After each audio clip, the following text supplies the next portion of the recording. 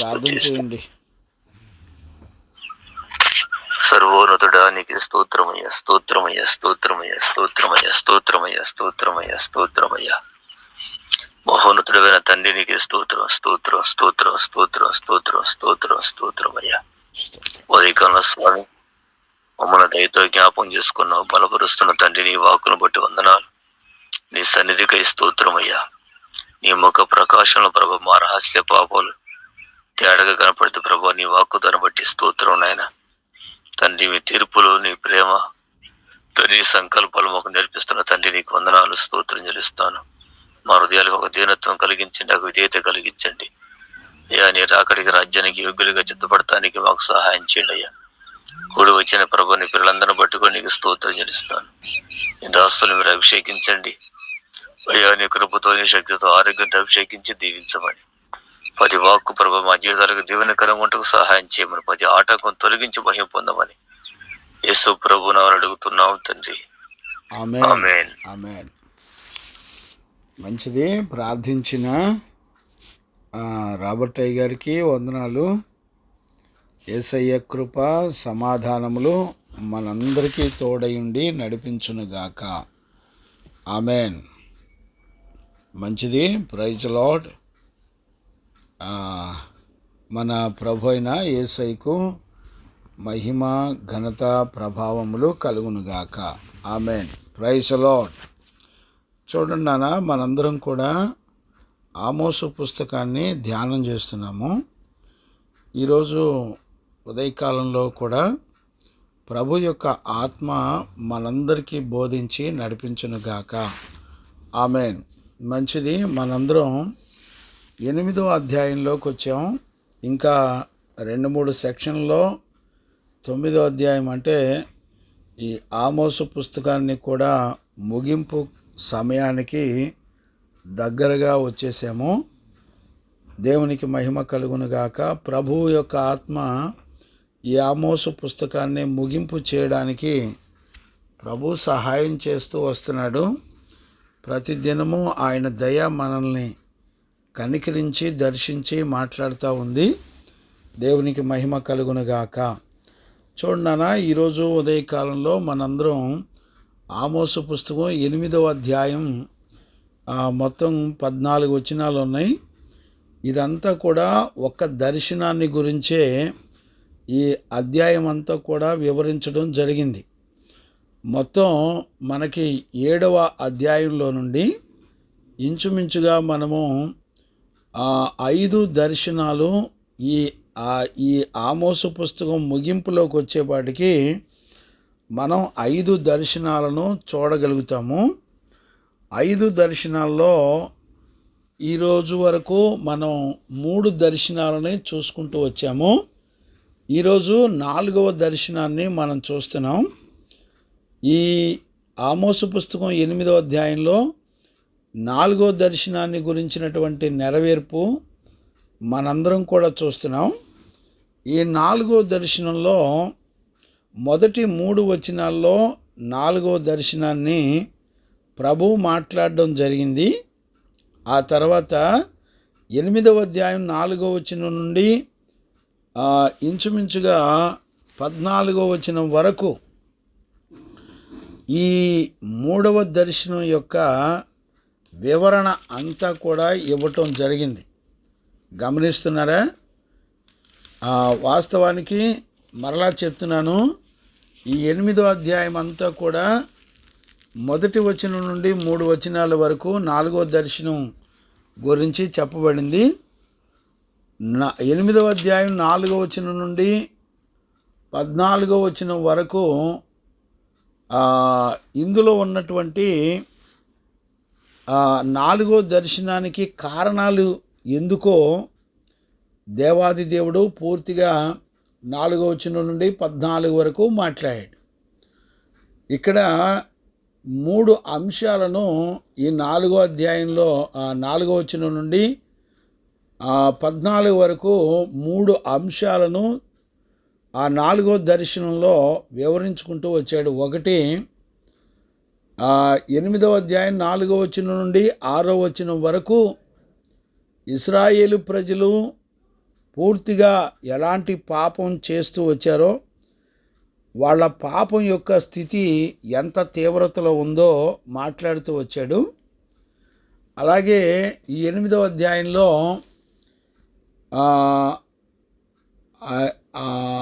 7వ వచనం నుండి 10వ వచనం వరకు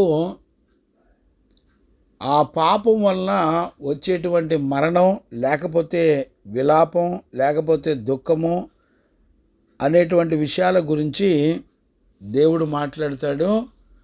3వదిగా క్షామము, మరణము.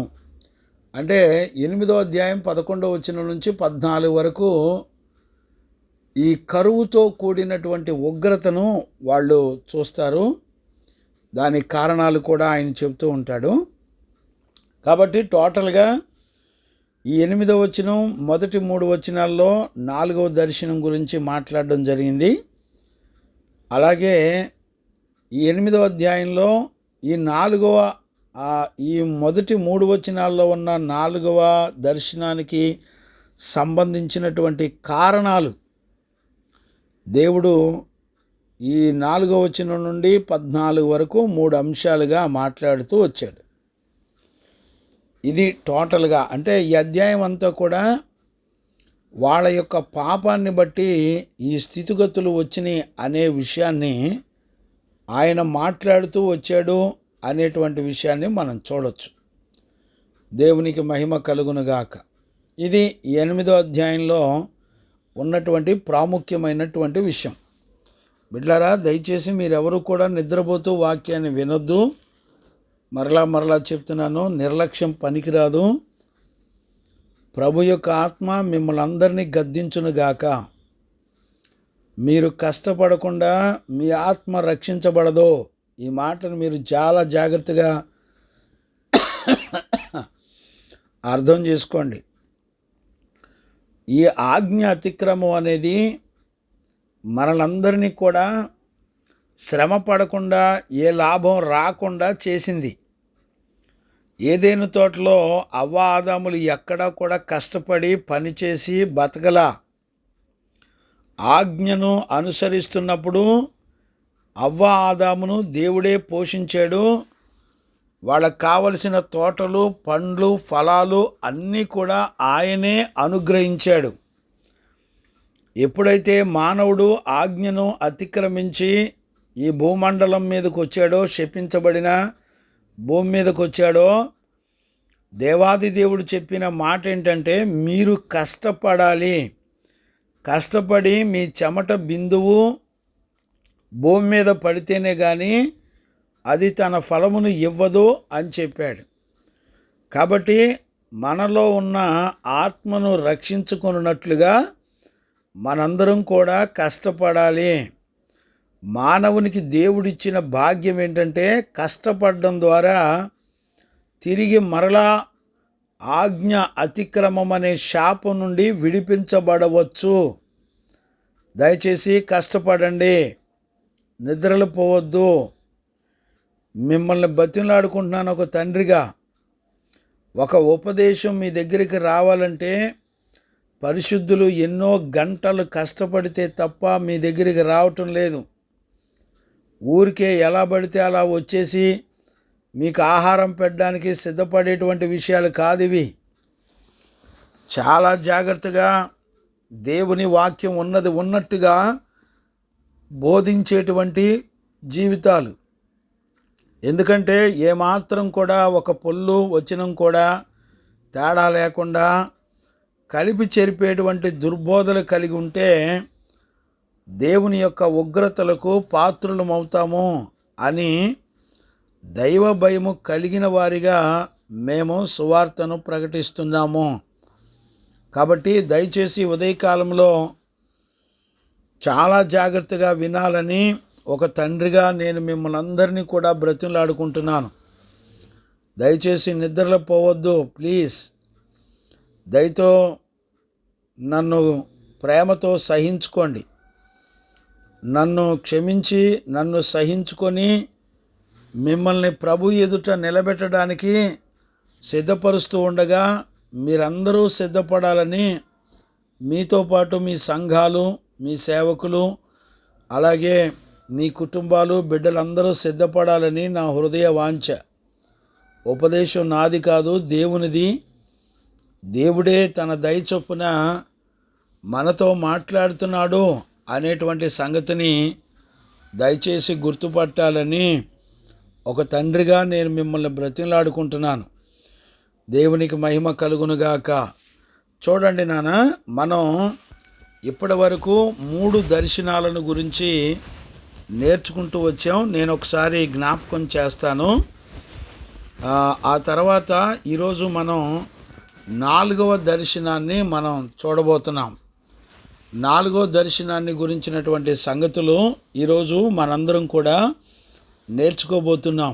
చూడండి, ఆ మాటను నేను జ్ఞాపకం చేస్తాను. మొట్టమొదటిగా 7వ అధ్యాయంలోకి వచ్చేపాటికి దేవుడు దర్శన రీతిగా, అంటే జరగబోయే విషయాలన్నిటినీ కూడా దర్శన రీతిగా దేవాది దేవుడు మనతో మాట్లాడడాన్ని మనం చూస్తున్నాం.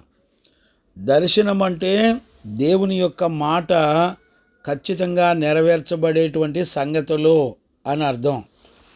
దర్శనము కనులారా చూస్తాం, చెవులారా వింటాం, 2 రకాలుగా ఉంటుంది.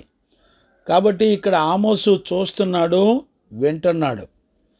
అలాంటి దర్శనాల చేత ఈ 7, 8, 9 అధ్యాయాల్లో మొత్తం 5 దర్శనాలు ఉన్నాయి. ఇప్పుడు ఈరోజు మనం 4వ దర్శనాన్ని చూసి నేర్చుకోబోతున్నాం. ఈ మొదటి 3 దర్శనాల గురించి ఒక్కసారి జ్ఞాపకం చేస్తాను మీకు. చూడండి, మొదటి దర్శనం 7వ అధ్యాయం 1 నుంచి 3 వచనాల్లో మరి పంటను గురించినటువంటి దర్శనం వచ్చింది ఆమోసుకి. ఆ పంటలో ఆహారాన్ని, నీటిని, భూమిపైన ఉన్నటువంటి చూడండి, ఆ పంటను, ఆహారము, నీళ్లను గురించి దేవుడు దర్శనమిచ్చి మాట్లాడాడు. 2వ దర్శనం 4వ అధ్యాయం 7వ అధ్యాయం 4 నుంచి 6 వచనాలు. ఈ 2 దర్శనాల్లో భూమిపైన అగ్ని వేసి లయము చేసి భూమి లోపల ఉన్న నీరు మొత్తం కూడా ఆవిరైపోయి మరి భయానకమైనటువంటి పరిస్థితులు ఈ 2 దర్శనాల్లో దేవుడు తన ఉగ్రతను చూపించాడు. అయితే నీతిమంతుడైనటువంటి ఆమోసు ప్రవక్త, ఆయన కన్నీరు కార్చి, అయ్యా, యాకోబు చాలా కొద్దివాడు, దయచేసి యాకోబును క్షమించి ఆహారము, నీళ్లు లేకుండా మరి అంత భయానకమైనటువంటి శిక్ష వేయొద్దయ్యా అని బతిమలాడుకుంటూ వచ్చాడు.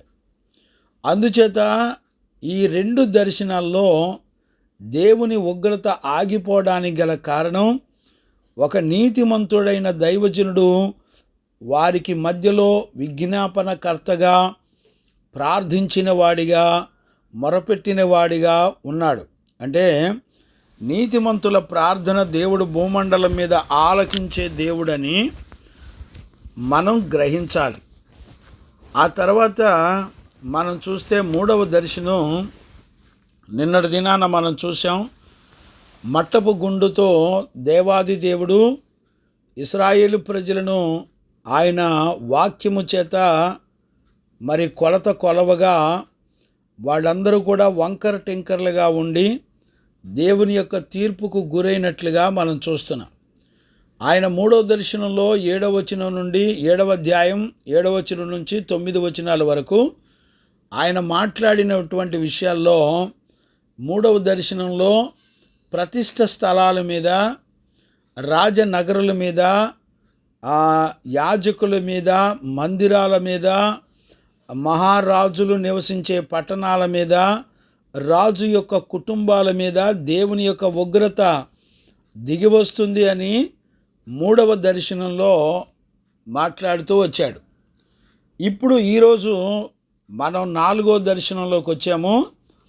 అది ఆమోసు పుస్తకం 8వ అధ్యాయం 1, 2, 3 వచనాల్లో మనం ఈరోజు నేర్చుకోబోతున్నాం.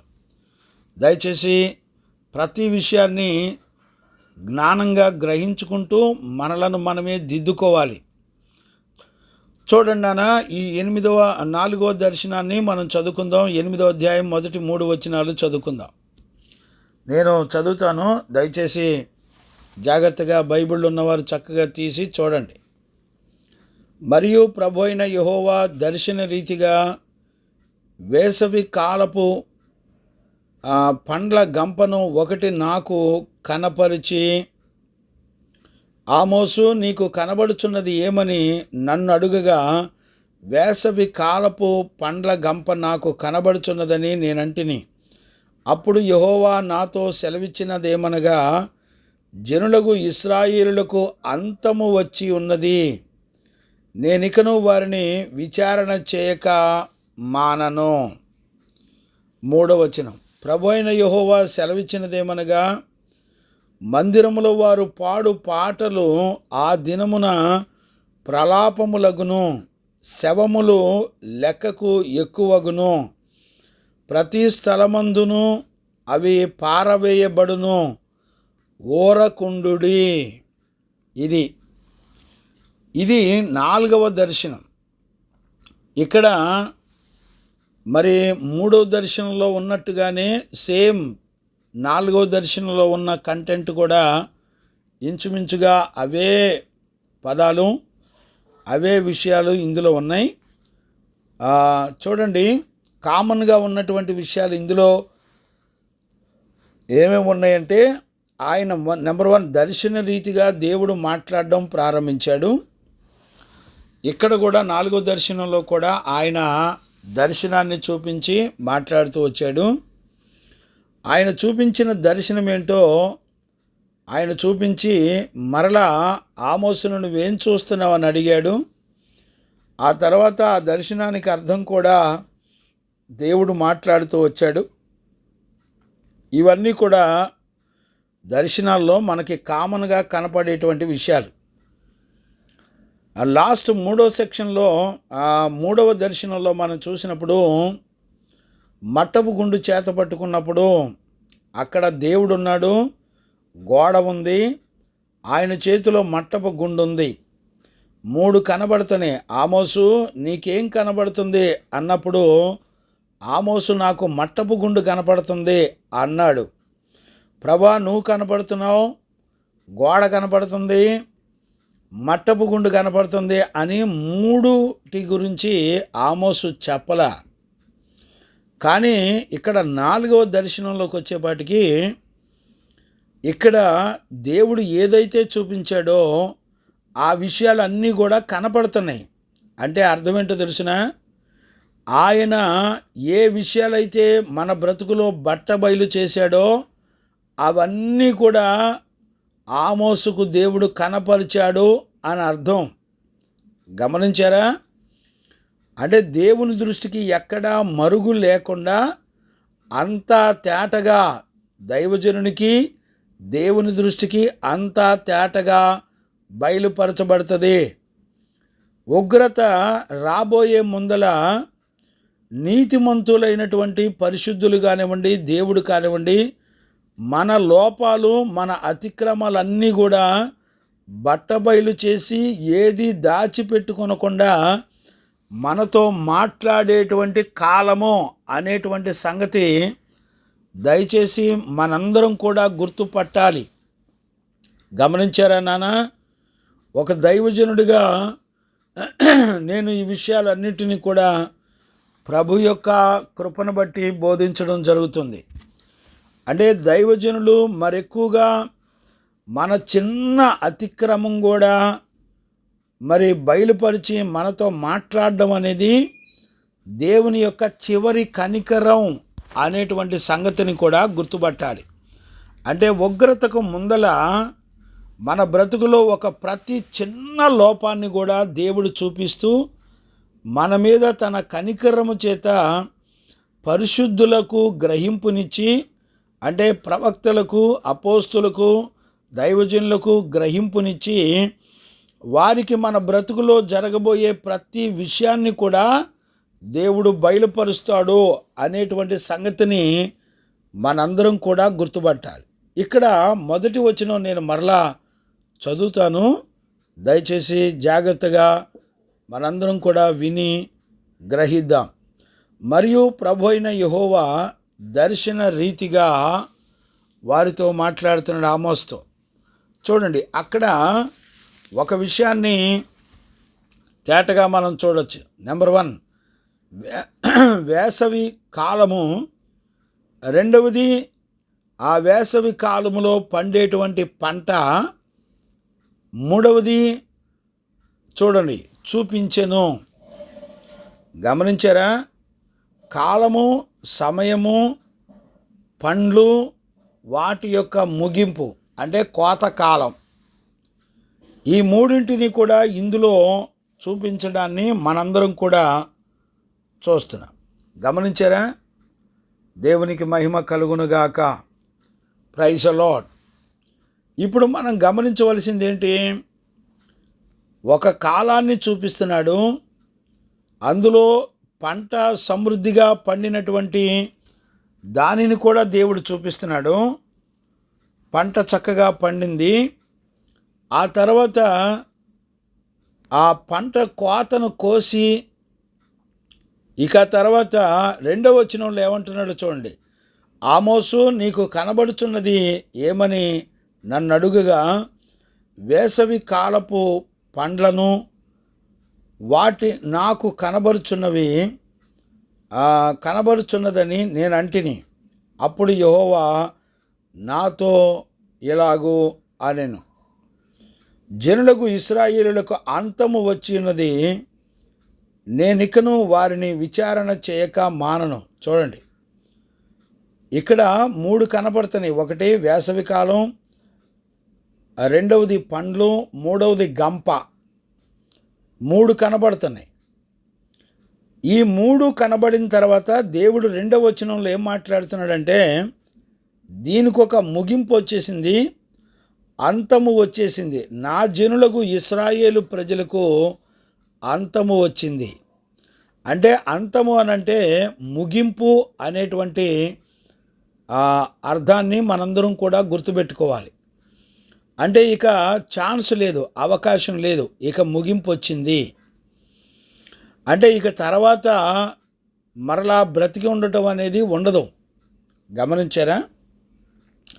అంటే ఇప్పుడు దేవుడు ఈ దర్శనాన్ని చూపించి ఆమోసును ఎందుకు అడుగుతున్నాడు అనంటే, ఆమోసు దేవుడు ఏదైతే కనపరిచాడో ఆ విషయాన్ని దైవజనుడి దగ్గర దేవుడు రూఢిపరుచుకుంటాడు.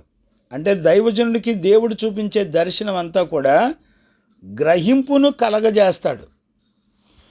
అందుకనే గ్రహింపును కలగజేసినటువంటి విషయాలను మనం దేవుని యొక్క సంగతులతో పోల్చుకోవాలి.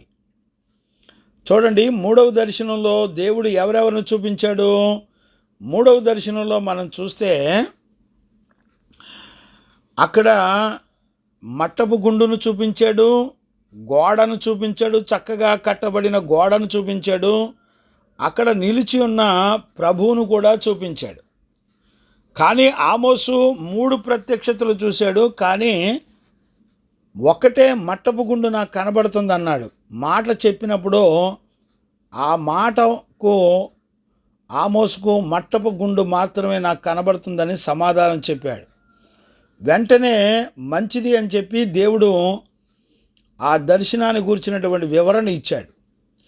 ఇక్కడ కూడా మనం చూస్తున్నప్పుడు ఆమోసు నీకేం కనపడుతుంది అన్నప్పుడు దేవుని సంకల్పంలో ఉన్నటువంటి ముగింపుని చూశాడు ఆమోసు. అంటే అన్నిటినీ కూడా, అంటే ఇశ్రాయేలు ప్రజలు ప్రారంభం నుండి, అంటే వాళ్ళు పుట్టిన దగ్గర నుంచి వాళ్ళు మరణించే వరకు వాళ్ళ తిరుగుబాట్లు, వాళ్ళ పాపాలు, వాళ్ళ అతిక్రమాలు అన్నిటినీ పోగు చేసి తీసుకొచ్చేసాడు దేవుడు. ఈ 8వ అధ్యాయంలో మనం చూసేది 4వ దర్శనంలో అర్థం అదే. అంటే ఇక ముగించేశాడు, నీ ఆయుష్కాలాన్ని ముగించాడు. దేవుడు తీర్పులో ఆయన న్యాయమైన త్రాచులో నిన్ను తూచాడు అని అర్థం. అంటే నువ్వు తల్లి గర్భంలో పుట్టినది మొదలుకొని పాపిగా నువ్వు పుట్టడం ప్రారంభించావు. తల్లి గర్భంలో పుట్టేటప్పుడే you are a sinner, we are all sinners. చూడండి, చిన్నపిల్లలు చనిపోతే వాళ్ళకేం పాపం తెలీదు, పరలోకం వెళ్ళిపోతారు అని అనుకుంటున్నారు. బిడ్లారా, చాలా జాగ్రత్తగా అర్థం చేసుకోండి. చిన్నపిల్లలు కూడా పాపులే అన్న సంగతి గుర్తుపెట్టుకోండి. చిన్నపిల్లలకి ఏ పాపం తెలియదండి, చనిపోతే పరలోకం వెళ్ళిపోతారు అని మాత్రం అనుకోమాకండి. వాక్యం ఏం చెబుతుందంటే, తల్లి గర్భంలోకి నువ్వు వచ్చిన దగ్గర నుంచి వీఆర్ ఆల్ సిన్నర్స్ అని దేవుని యొక్క వాక్యం ఖచ్చితంగా చెబుతుంది. వాక్యాన్ని నమ్మితే భయభక్తులు వస్తాయండి. ఈ రోజున వాక్యాన్ని నిర్లక్ష్యం చేసి చాలా చులకనగా ఎంచుకుంటున్నారు. దేవుడు అంటున్నాడు, ఇశ్రాయేలులారా, మీరు పుట్టిన దగ్గర నుంచి అంతమైపోయే వరకు, అంటే ముగింపు వరకు మీ అతిక్రమాలు, పాపాలు, దోషాలు అన్నిటినీ నేను లెక్కగట్టి వాటిని తీర్పు తీర్చుటకై నేను నిలబడి ఉన్నాను అంటున్నాడు. ఏమండి, వారి ఎదుట, ఇశ్రాయేలీల ఎదుట అంతము వచ్చి ఉన్నది. నా జనులకు ఇశ్రాయేల్, 2వ వచనం నేను మరలా చదువుతున్నాను చూడండి. ఆమోసు పుస్తకం 8వ అధ్యాయం 2వ వచనాన్ని మరలా నేను చదువుతున్నాను చూడండి. ఆమోసు, నీకు కనబడుచున్నది ఏమని నన్ను అడుగగా, వేసవి కాలపు గంప 3 కనబడుతున్నాయి. 3 చూశాడు, అంటే సంపూర్ణంగా ప్రారంభం నుంచి ముగింపు వరకు. ఏమేం చూపించాడు?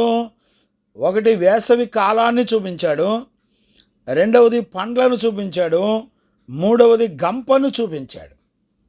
ఈ 3టిని చూపించాడు.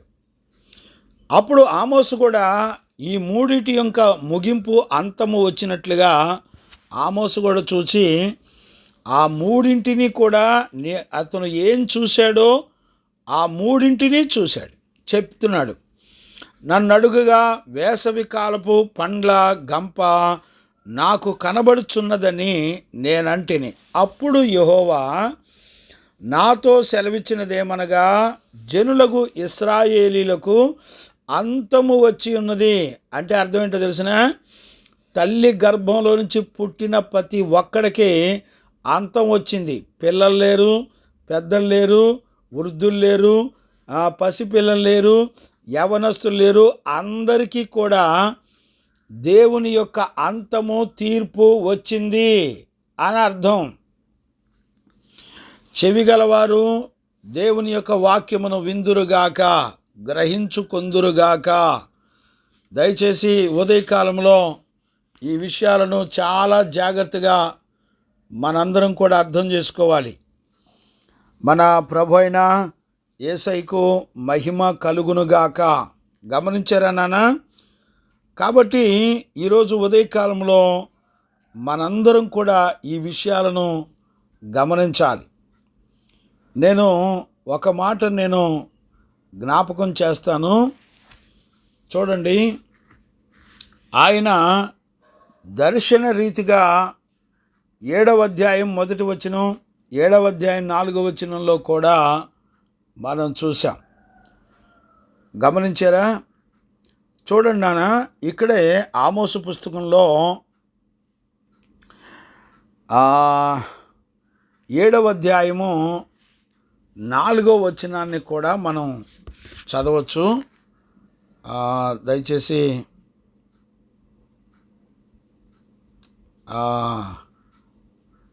నేను చదువుతున్నాను, ఒక్క నిమిషం.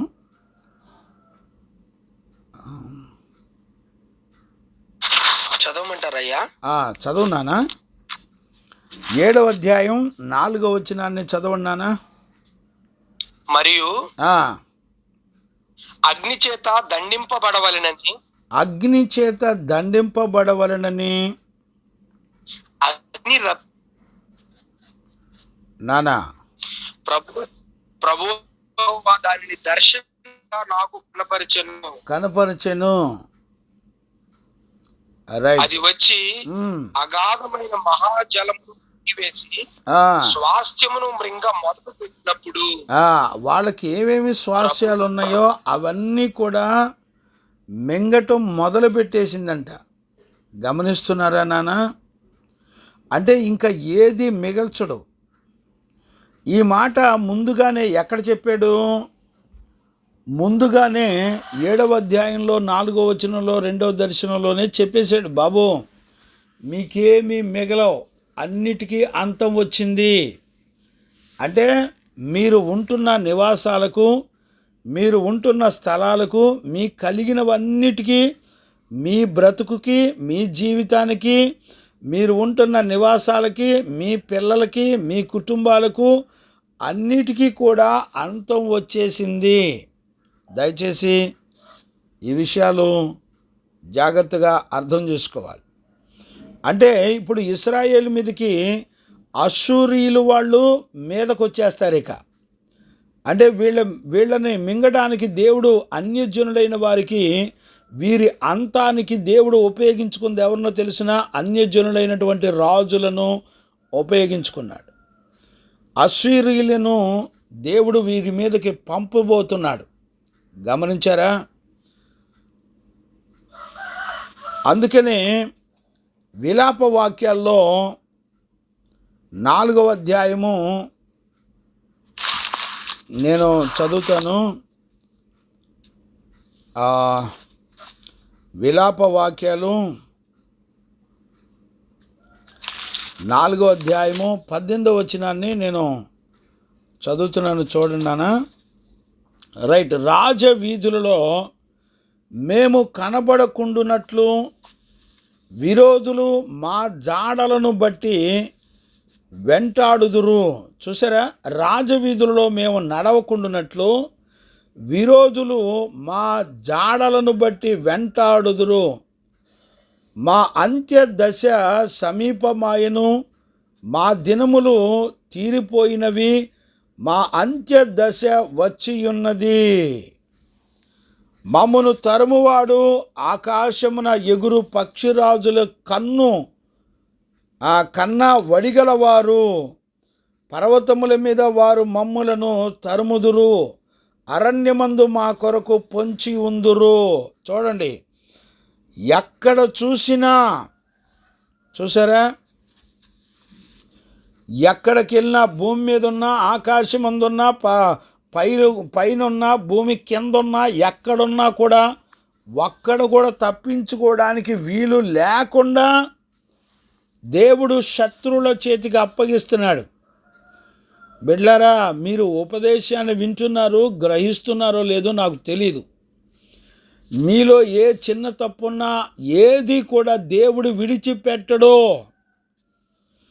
ఆయన తీర్పులు న్యాయమైనవి. నువ్వు రాజవీధుల్లో ఉన్నా, నీ అడుగుజాడలు ఎక్కడెక్కడ ఉన్నా, అరణ్యంలో ఉన్నా, అడవుల్లో ఉన్నా, నీ ఇంట్లో దాక్కున్నా, భూమి కింద ఉన్నా, ఆకాశంలో ఎగిరినా, నువ్వు ఎక్కడ ఉన్నా తప్పించుకోవడానికి వీలు లేకుండా నిన్ను వెంటబడి తరిమేటువంటి శత్రువుల చేతికి దేవుడు అప్పగిస్తాడట. వింటున్నారండి? భయపడుతున్నారా? దేవుడు ప్రేమ కలిగిన వాడని ఐస్ క్రీమ్ మాటలు వినమాకండి. దేవుడు ఎప్పుడు ప్రేమ కలిగిన వాడు అంటే, వాక్యానికి భిన్నమైన ఆజ్ఞ అతిక్రమను చేయకుండా నిన్ను నువ్వు దేవుని వాక్యానికి అప్పగించుకొని ఎప్పుడైతే బ్రతుకుతావో అప్పుడు మాత్రమే దేవుడు కనికరపడతాడు. కానీ ఆయన పేరు చెప్పి నీ ఇష్టం వచ్చిన రహస్యపు బ్రతుకులు బ్రతుకుతూ కష్టపడకుండా నీ ఆత్మను రక్షించుకోవాలని శుభ్రంగా తిని పడుకుంటూ సుఖభోగాలు అనుభవిస్తూ నేను పరలోకం వెళ్ళిపోతానని భ్రమపడొద్దు. అంత్య దినాల్లో దేవుని యొక్క వాక్యం ఏం చెప్తుందో తెలుసునా? సమయమనక అసమయమనక కష్టపడండి, మీలో నాటబడిన ఆత్మను రక్షించుకొనుటకు ఎడతెగక మీరు ప్రార్థనలు, విజ్ఞాపనలు, యాచనలు చెయ్యండి అని చెప్పాడు. ఏమండి, ఈ రోజుల్లో ఇలాంటి విజ్ఞాపనలు యేసు ప్రభు రక్తమాంసాల్లో ఉండగానే ఆయన ఎలాంటి విజ్ఞాపనలు చేసాడో తెలుసునా? బైబిల్ చూసేవాళ్ళు లేరు, బైబిల్ చదివేవాళ్ళు లేరు. ఈ రోజున అంత్య దినాలు అనటానికి గుర్తేంటంటే బైబిల్ చదవటానికి తీరిక ఎవరికి లేదండి. వినేవాళ్ళు ఉన్నారు కానీ చదివేవాళ్ళు లేరు. గమనించారా? వాక్యం వినేవాళ్ళు ఉన్నారు కానీ చదివి గ్రహించేవాళ్ళు లేరు. చూసారా? అనేక మీటింగులకు వెళ్తున్నారు, కోటాలకు వెళ్తున్నారు, కానీ దేవుని పరిశుద్ధతకు, ఆయన ఆజ్ఞకు భయపడేవాళ్ళు లేరు. ఎవ్వరికీ తీరిక లేదు.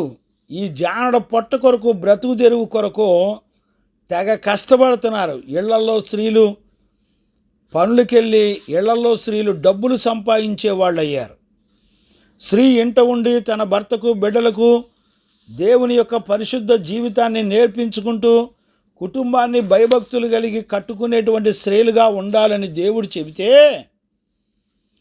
ఈ స్త్రీలందరూ వ్యాపారం చేసేవాళ్ళు అయ్యారు, ఉద్యోగాలు చేసేవాళ్ళు అయ్యారు. ఏమండి? దురద చెవులు గలవారై ఎక్కడ మీటింగులు ఉంటే అక్కడ పరిగెత్తే వాళ్ళు అయ్యి ఉన్నారు, కానీ బైబిల్ చదివి ధ్యానం చేసేవాళ్ళు లేరండి. భయానకమైన పరిస్థితులు ఈ రోజున అంత్య దినాల్లో సంఘాల మీదకి, కుటుంబాల మీదకి వచ్చి పడిపోతున్నాయండి. అందుకనే దేవుడు చెప్తున్నాడు, మరలా చదువుతున్నాను చూడండి, విలాప వాక్యాలు 4వ అధ్యాయం 18వ వచనం. రాజవీధులలో మేము నడవకుండుటను బట్టి విరోధులు మా జాడలను బట్టి వెంటాడుదురు. మా అంత్య దశ సమీపమాయను, మా దినములు తీరిపోయినవి, మా అంత్య దశ వచ్చేయున్నదే. మమ్మను తరుమువారు ఆకాశమునకెగురు పక్షిరాజుల కన్నా ఒడిగలవారు. చూసారా? పక్షిరాజు 100 కిలోమీటర్ల నుంచి చూసిద్దండి కిందున్న టార్గెట్, కిందున్న ఆహారాన్ని, భూమి కిందున్న ఆహారాన్ని 100 కిలోమీటర్ల పైనుంచి చూస్తుంది పక్షిరాజు. కానీ మన శత్రువులట మనల్ని ముగించడానికి అంత షార్ప్గా ఉంటారట. ఈరోజు నిన్న వార్తల్లో నేను చూశాను, న్యూస్ వచ్చింది. వరంగల్లో 2 రౌడీ షీటర్లు ఒకళ్ళొకళ్ళు బెదిరించుకొని అరగంటలో వచ్చి చంపేస్తానంటే అరగంటలో వెంటాడి పరిగెత్తిచ్చి చంపేశారంటండి. చూసారా శత్రువులు ఎలా ఉంటారో? చెప్పిన మాట ప్రకారంగా శత్రువులు తరిమి చంపడానికి దేవుడే అనుమతిస్తాడు అనేటువంటి విషయాన్ని కూడా మనందరం కూడా చూడగలుగుతున్నాం. గమనించారండి? అంతేకాకుండా మనందరం కూడా ఇర్మియా పుస్తకంలో చూడండి, ఇర్మియా పుస్తకం 1వ అధ్యాయం 11 నుంచి కూడా మనం చదవచ్చు. ఆ మాటను నేను చదువుతాను చూడండి. ఇర్మియా పుస్తకం 1వ అధ్యాయం 11వ వచనం, నేను 11 నుంచి 14 వరకు నేను చదువుతాను చూడండి. మరియు యెహోవా వాక్కు నాకు ప్రత్యక్షమై, ఇర్మియా నీకేమి కనబడుచుందన్నది సెలవిచ్చాను. అందుకు బాదము చెట్టు చువ్వ కనబడుచున్నదని నేననగా, యెహోవా నీవు బాగుగా కనిపెట్టితివి, నేను చెప్పిన వాక్యమును నెరవేర్చుటకు నేను ఆతురపడుచున్నాను. 2వ మారు యెహోవా నాకు ప్రత్యక్షమై నీకేమి కనబడుచున్నదని సెలవీయగా, నేను మసలుచున్న బాణ నాకు కనబడుచున్నది, దాని ముఖము ఉత్తర దిక్కునకు తిరిగి ఉన్నదంటిని. అందుకు యెహోవా ఇలాగు సెలవిచ్చెను, ఉత్తర దిక్కు నుండి కీడు బయలుదేరి ఈ దేశ నివాసులందరి మీదికి వచ్చును. గమనించారా? అర్థమవుతుందండి? ఇదిగో నేను ఉత్తర దిక్కుననున్న రాజ్యముల సర్వ వంశములను నేను పిలిచెదను. వారు వచ్చి ప్రతివాడు యెరూషలేము గుమ్మములో, యెరూషలేము చుట్టూనున్న ప్రాకారములన్నిటినీ ఎదురుగాను, యోధా పట్టణములన్నిటికీ ఎదురుగాను తమ సింహాసనములను స్థాపించుదురు. చూసారా? వాళ్ళు చుట్టుపక్కల ఉన్నటువంటి దేశాలందరూ కూడా దేవుడు సలసల మాగుతున్న బాణాన్ని చూపించాడట. ఏమండి, దేవుని యొక్క అంతము ప్రజల మీదకి దిగి వచ్చింది. 4వ దర్శనంలో ప్రాముఖ్యంగా మనం చూసేది ఏంటంటే ఆ ఇశ్రాయేలు ప్రజలందరి మీదకి దిగి వచ్చేటువంటి ఉగ్రత గమనించారా? అంటే ఒక్కరిని కూడా విడిచిపెట్టడా అంటే విడిచిపెట్టడు. అంటే ఏమంటున్నాడు? వారికి అంతం వచ్చేసింది. గమనించారా? వాళ్ళకి అంతం వచ్చేసింది. అంటే ఇంకా వాళ్ళు ఏ సంజాయిషి చెప్పుకోవడానికి కూడా ఛాన్స్ లేదు, ఇక ముగింపు వచ్చేసింది. ఈ రోజున దేవుని యొక్క వాక్యాన్ని వింటున్న దేవుని పిల్లరా గమనించగలుగుతున్నారా? గుర్తుపట్టకపోతే చాలా కష్టం అండి. మీకా పుస్తకంలో కూడా మనం చూడొచ్చు. ఆ మీకా పుస్తకం 7వ అధ్యాయం 1వ వచనం నుండి అంతేనండి. మీకా పుస్తకం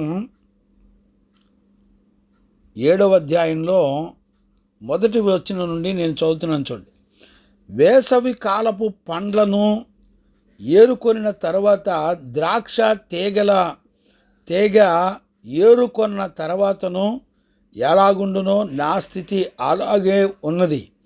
ద్రాక్ష పండ్ల గెల ఒకటియు లేకపోయిను, నా ప్రాణమునకిష్టమైన ఒక క్రొత్త అంజూరపు పండైనను లేకపోయిను. చూసారా?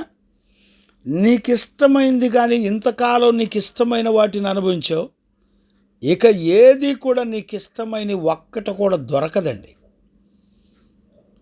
బిడ్డలారా, నీ కళ్ళ ముందల నీకిష్టమైన నీ పిల్లలు శత్రువుల యొక్క ఖడ్గము చేత నరకబడతారు, చంపబడతారు. నీకిష్టమైన నీ భార్య నీ కళ్ళ ముందలే వేశ్యగా మారిపోతుంది. గమనించారా? నీకిష్టమైనది ఒక్కటి కూడా నీకు అందుబాటులో దొరకదు. అవన్నీ కూడా నీ కళ్ళ ముందలే శత్రువు చేతిలో నాశనమైపోతాయి.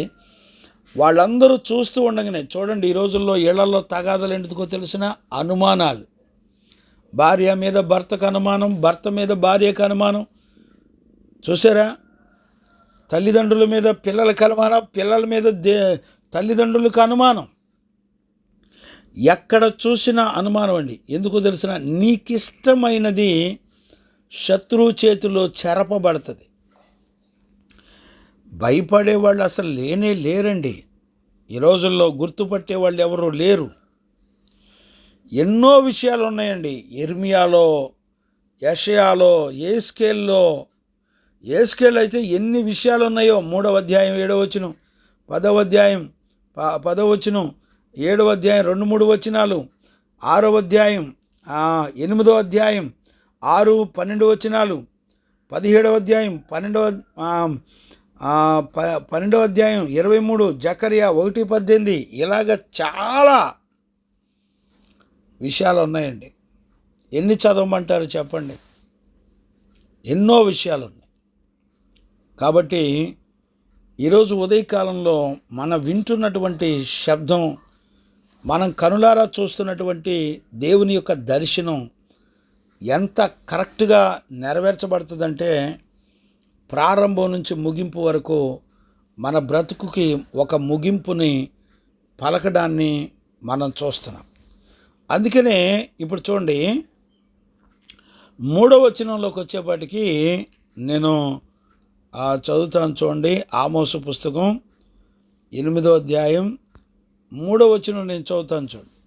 ప్రభు అయిన యెహోవా సెలవిచ్చినదేమనగా, మందిరములో వారు పాడు పాటలు ఆ దినమున ప్రలాపములగును. గమనించారా? వాళ్ళు ఏ పాటలు పాడతారో అవన్నీ కూడా ప్రలాపములు అయిపోతాయి. శవములు లెక్కకు ఎక్కువగును, ప్రతిష్ఠిత స్థలమందును అవి పారవేయబడును. ఊరకుండండి. అంటే ఇంకా మాట్లాడడానికి ఏమి లేదు. ప్రభు అని బతిమలాడడానికి కానీ, ప్రార్థన చేయడానికి కానీ, మొరపెట్టడానికి కానీ, అయ్యా మమ్మల్ని క్షమించండి అని కేకలేయడానికి కానీ ఏ అవకాశం లేదండి. అంటే అర్థం ఏంటో తెలుసునా, అన్ని శవాలు అంత ఉగ్రత కనబడుతున్నప్పుడు ఏడ్చి ఏడ్చి ఏడ్చి ఏడ్చి ఇక ఏడవటానికి కూడా ఓపిక లేకుండా వాళ్ళ జీవితం ఏమైపోతుందో తెలిసిన, ఏడ్చి ఏడ్చి ఏడవటానికి ఓపిక లేక మౌనంగా ఉండిపోతారు. ఇక ఊరకనే ఉండిపోతారు, మౌనంగా ఉండిపోతారు, చూస్తూ నివ్వరపోతూ ఉంటారు. మిగిలిన శేషం, ఎక్కువ మాట్లాడితే మిగిలిన శేషాన్ని కూడా ఈడ్చుకెళ్ళిపోయే వాళ్ళు కూడా ఉన్నారు. గమనించారా? అందుకనే 5వ అధ్యాయంలో మనం చదువుకోవచ్చు. 5వ అధ్యాయంలో, ఆమోసు పుస్తకం 5వ అధ్యాయంలో 6-7 వచనాల చూడండి నాన్న. యెహోవాను ఆశ్రయించండి, అప్పుడు మీరు బ్రతుకుదురు. చూసారా ఏమంటున్నాడో? నీకు ఎటు తిరిగినా నిన్ను బ్రతికించేది దేవుడు మాత్రమే. నీ పాపములన్నీ కనికరించి క్షమించేది దేవుడు ఒక్కడే. ఆ దేవుని మీద మీరు ఆశ్రయించండి, ఆయన శరణు జొచ్చండి, ఆయన దగ్గరికి వెళ్ళి బతిలాడండి. 46వ కీర్తన ఆల్రెడీ చెప్తున్నాను శుద్ధీకరణ కూటల్లో, వినండి. 2 సెక్షన్లు ఇచ్చాను. దయచేసి మీలో ఎవరైనా గ్రూపులో లేకపోతే మీ ఫోన్ నెంబర్లు చెప్పండి, గ్రూపులో యాడ్ చేస్తాను. గమనించారా? యెహోవాను ఆశ్రయించండి, అప్పుడు మీరు బ్రతుకుతారు. ఆశ్రయించిన ఎడల బేతేలులో ఎవరినూ ఆర్పివేయకుండా, ఆశ్రయింపని ఎడల బేతేలులో ఎవరూ ఆర్పివేయలేకుండా అగ్ని పడునట్లు ఆయన యోసేపు సంతతి మీద పడి దానిని నాశనము చేయును. చూసారండి? యోసేపు సంతతి అంతా కూడా యాకోబు సంతానమైన మొదటి కుమారుడి దగ్గర నుంచి చివరి కుమారుడి వరకు వాళ్ళ సంతానాల్లో పుట్టిన అన్ని లక్షల మంది ప్రజలందరి మీద కూడా, పెద్దోళ్ళు లేరు, చిన్నోళ్ళు లేరు, యవనస్తులు లేరు, వృద్ధులు లేరు, అందరి మీద దేవుని ఉగ్రత వచ్చి పడిపోతుంది. వీళ్ళందరూ ధీమా ఏంటో తెలిసిన, మాకు బేతేలు ఉంది కానీ బేతేలు లోపల మందిరంలో ఏముందో తెలిసిన, విగ్రహాలు ఉన్నాయి. ఈ రోజున మన బతుకులో కూడా దేవుని సన్నిధి కంటే భర్తను ప్రేమించే వాళ్ళు ఎక్కువ, దేవుని సన్నిధి కంటే బిడ్డల మాట వినేవాళ్ళు ఎక్కువ. చూసారా? దేవుని సన్నిధి కంటే నీ ఉద్యోగాలు, నీ వెండి బంగారాలు, నీ ఆర్థిక ఇబ్బందులు ఎక్కువ. ఏం చెబుతావు చెప్పండి? ఈ రోజున సంఘ పిల్లల జీవితాల్లో వచ్చిన ఆర్థిక ఇబ్బందులు కానీ, అనారోగ్యాలు కానీ, సమస్యలు కానీ వస్తే పరిశుద్ధుల దగ్గరికి వచ్చి, అయ్యా మా పరిస్థితులు ఎలాగున్నా ఏం చేయమంటావు అని అడిగేవాళ్ళు లేరండి. అడగరు. వాళ్ళు వెళ్ళి మనుషుల మీద ఆధారపడతారు, తల్లిదండ్రుల మీద, బంధువుల మీద, చుట్టాల మీద, వాళ్ళకు కలిగిన వారి మీద ఆధారపడతారు. మనుషులను ఆశ్రయించేవాడు వాడు శాపగ్రస్తుడని దేవుని వాక్యం చెప్తుంది. మనుషుల మీద ఆధారపడడం కంటే యెహోవాను ఆశ్రయించడం మేలు అని రాయబడింది. ఎవరు నమ్ముతారండి? ఎవరు గ్రహించగలుగుతారు ఈ రోజుల్లో? దయచేసి 7వ వచనం, న్యాయమును అన్యాయముగా మార్చి నీతిని నేలన పడవేయవారులారా. చూసారా? న్యాయాన్ని అన్యాయంగా చేసేసి నీతిని నేలన పడేసి తొక్కేస్తారంటండి. వీళ్ళ బతుకులన్నీ అయ్యే. దేవుని వాక్యం నమ్మమంటే నమ్మేవాడు ఎవడు లేడు, కానీ చుట్టాలు, బంధువులు, వాక్యానికి విలువివ్వని వాళ్ళు చెప్పిన మాటలు నమ్ముతారండి. ఈ రోజున ఏమోనండి, నేను చెప్పలేకపోతున్నాను, బాధపడుతున్నాను, దిగులు పడుతున్నాను, నేను చాలా చింతపడుతున్నాను. నేను అడుగుతున్నాను, ఈ ఆమోసు పుస్తకం 8వ అధ్యాయంలో ఆమోసు ఆ దర్శనం చూసినప్పుడు నిజంగా నాకు అనిపించింది, ఆమోసు జీవితంలో అలాంటి డైరెక్ట్ ప్రత్యక్షత, మనిషి పుట్టిన దగ్గర నుంచి వాళ్ళకి అంతం వచ్చే వరకు తీర్పు ఎలాగుంటుందో కనులారా చూసినప్పుడు నాకు తెలిసి ఆమోసు నోరు తెరిచి ఉండడండి.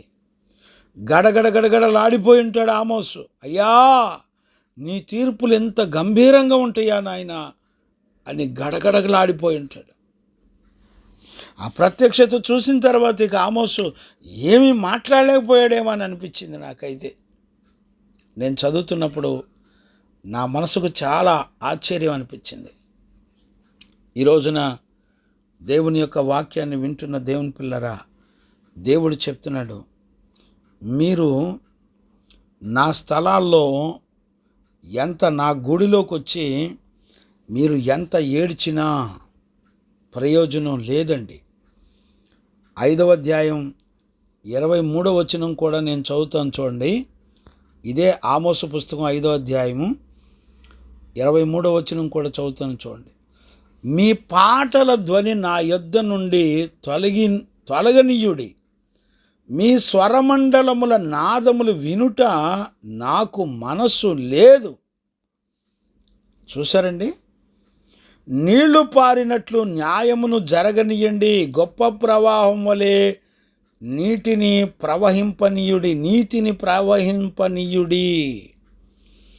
మీరు పాటలో ఆనందం సంతోషం కాదురా బాబు నాయనలారా. ఇంకా మీరు 6వ అధ్యాయంలో 4వ వచనమా ఎక్కడ ఉంటుంది చూడండి. వాళ్ళు తినుచు తాగుచు పాటలు పాడుచు స్వరమండలంతో వాళ్ళు నాట్యమాడుతూ, అక్కడ చూడండి 4వ వచనం, 6వ అధ్యాయం 4వ వచనం. దంతపు మంచముల మీద పండుకొనుచు, పాన్పుల మీద తమ్మును కాళ్ళు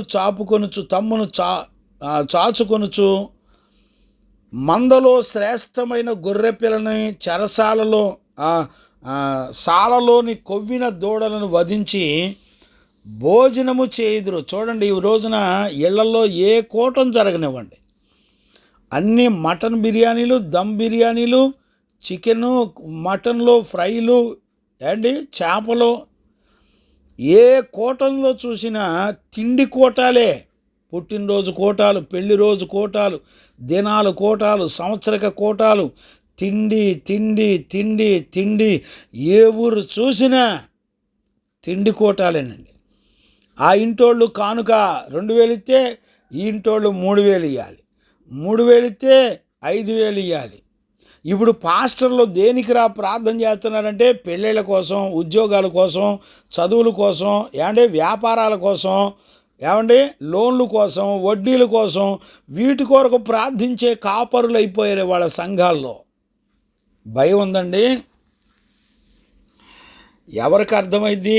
ఎవరు వినగలుగుతారు? ఏమోనండి, నాకు తెలీదు. చూడండి, ఇక్కడ దంతపు మంచాల మీద కూర్చొని కొవ్విన వాటిని తెచ్చుకొని శుభ్రంగా తింటా. 5వ వచనం, స్వరమండలముతో కలిపి పిచ్చి పాటలు పాడుచు, దావీదు వలనే వాయించుచు, వాయిద్యములను కల్పించుకొందురు. ఇక్కడండి దుర్బోధకులు చాలామంది దావీదు పిచ్చి పాటలు పాడారు అంటారండి.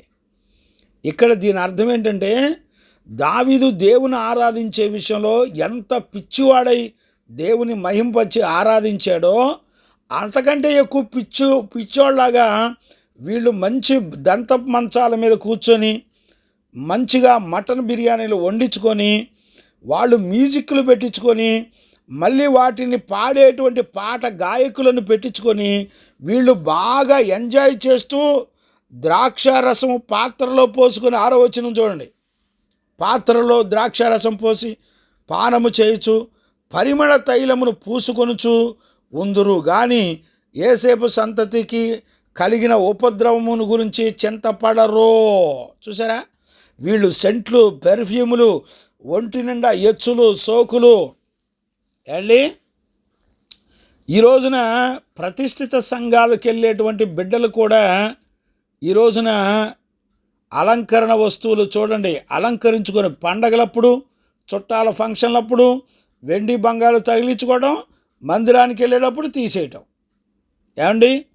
నా దగ్గర ఎదుగుతున్నటువంటి బిడ్డలు, చిన్న పిల్లలకు కూడా చెవులు కూడా కుట్టియట్లేదండి. అలాగనక పిల్లలకి చెవులు కుట్టించినా కూడా వాళ్ళకి ఎవరికి బల్ల కూడా ఇవ్వట్లే నేను. Get out. నువ్వు నేర్చుకొని నీ ఇంట్లో వాళ్ళకి ఆ ప్రతిష్ఠితులు నేర్పినప్పుడు నువ్వు అవిశ్వాసివి అని చెప్పి ఏమండి, పరిశుద్ధ బల్ల ఎవరు పడితే వాళ్ళు తీసుకోకూడదు. జాగ్రత్త, ఒళ్ళు దగ్గర పెట్టుకోండి. గమనించారా? నువ్వు గనక కుంటోడుగా ఉండి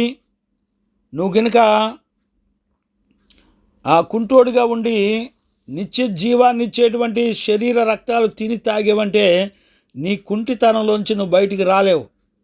నువ్వు ఏ స్థితిలో ఉండి వాక్యానుసారమైన జీవితం చేస్తూ వాక్య ప్రకారంగా బ్రతుకుతూ బల్లలో చెయ్యాలి.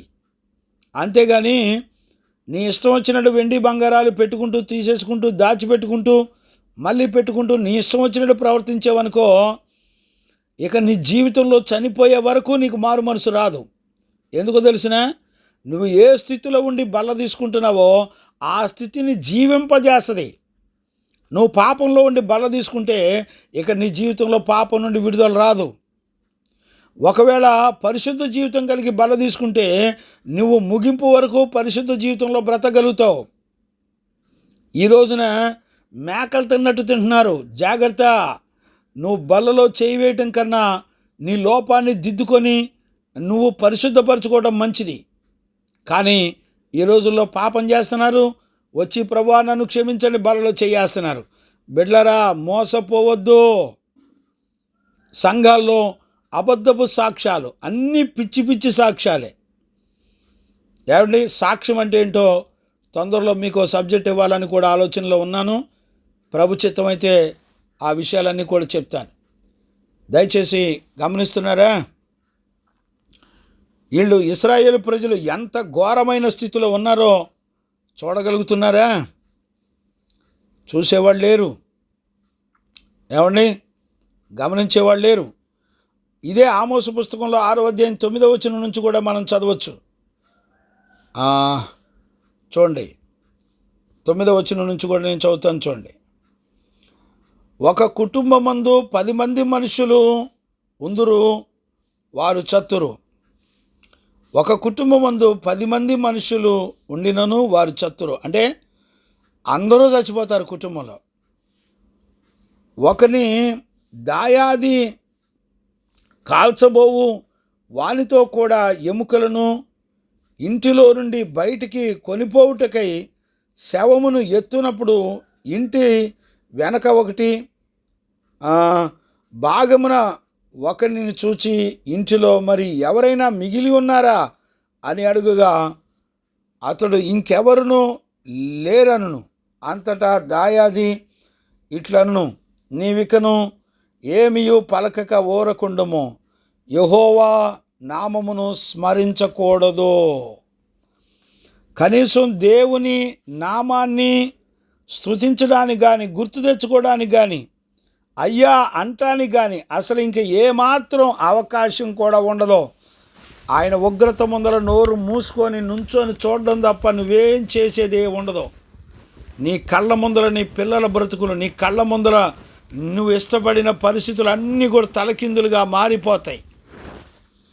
ఏమండి, నమ్మేవాళ్ళు ఎవరు లేరండి. ఆమోసు పుస్తకంలో ఇదే 8వ అధ్యాయంలో 10వ వచనం కూడా నేను ఒక మాట నేను చదువుతాను. 10వ వచనం చూడండి.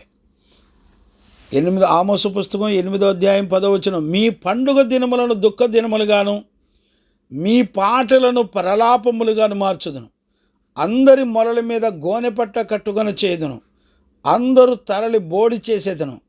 ఒకనికి కలుగు ఏకపుత్ర శోకం వంటి ప్రలాపము నేను పుట్టింతును. దాని అంత్యదినము ఘోరమైన శ్రమ దినముగా నుండును.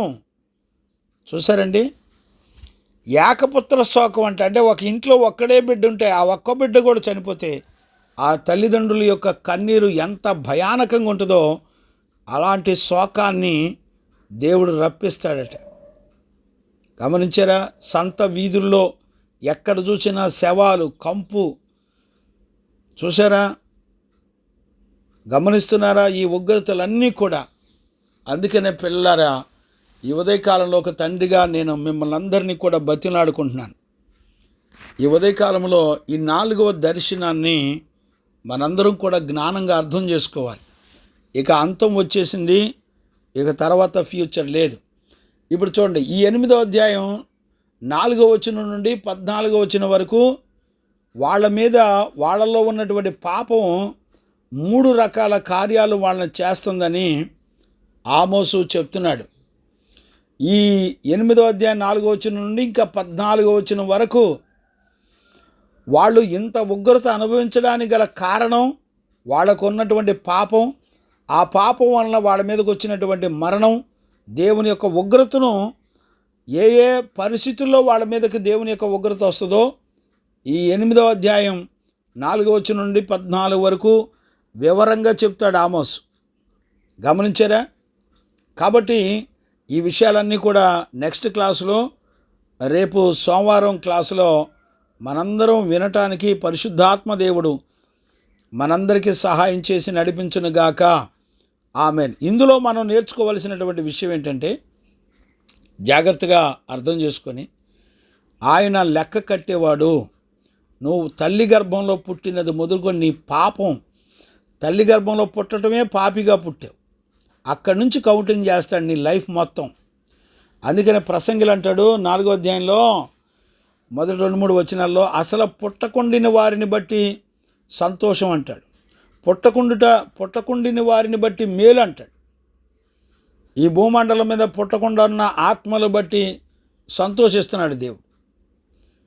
గమనించారా? పుట్టబోయే ఆత్మలు పుట్టకుండా ఉండడాన్ని బట్టి దేవుడు సంతోషపడుతున్నాడు. బిడ్డలారా, జాగ్రత్తగా అర్థం చేసుకోండి. ఈరోజు మన బతుకులకు ఒక ముగింపు అనేది ఉంది. ఆయన తీర్పులు అనేవి ఉన్నాయి. ప్రారంభం నుంచి ముగింపు వరకు కూడా, అంతం వరకు కూడా ఆయన లెక్కగట్టే దేవుడు. అందుకు నీతిమంతులు ఎవ్వరూ కూడా అడ్డుపడరు.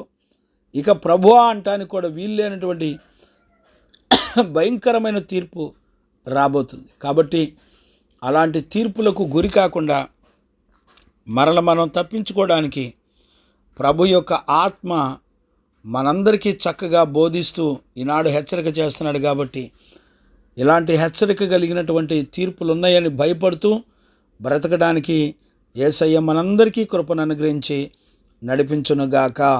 ఆమేన్. ప్రార్థన. మహాపరిశుద్ధుడైన కన్న తండ్రి, నీకు స్తోత్రాలనైనా. ఈ ఉదయకాలంలో ఆమోసు పుస్తకంలో 8వ అధ్యాయం 3 వచనాలు నాయన, 4వ వచనం నుండి 14 వరకు ఏ విషయాలు ప్రభువు మాట్లాడబోతున్నాడో, ఆయన ప్రజలకు, నా జనులైన ఇశ్రాయేలు ప్రజలకు అంతము వచ్చి ఉన్నది అని మాట్లాడుతూ వచ్చావు. ప్రభువా, మా అంతం ఎట్లుంటుందో మేము గ్రహించుకోవడానికి నీ సత్యవాక్యపు వెలుగులో నుంచి మమ్మల్ని దర్శించి మాతో మాట్లాడినందుకు కృతజ్ఞతాస్తుతులు చెల్లిస్తూ యేసయ్య నిన్ను అడిగి పొంది ఉన్నాము తండ్రి.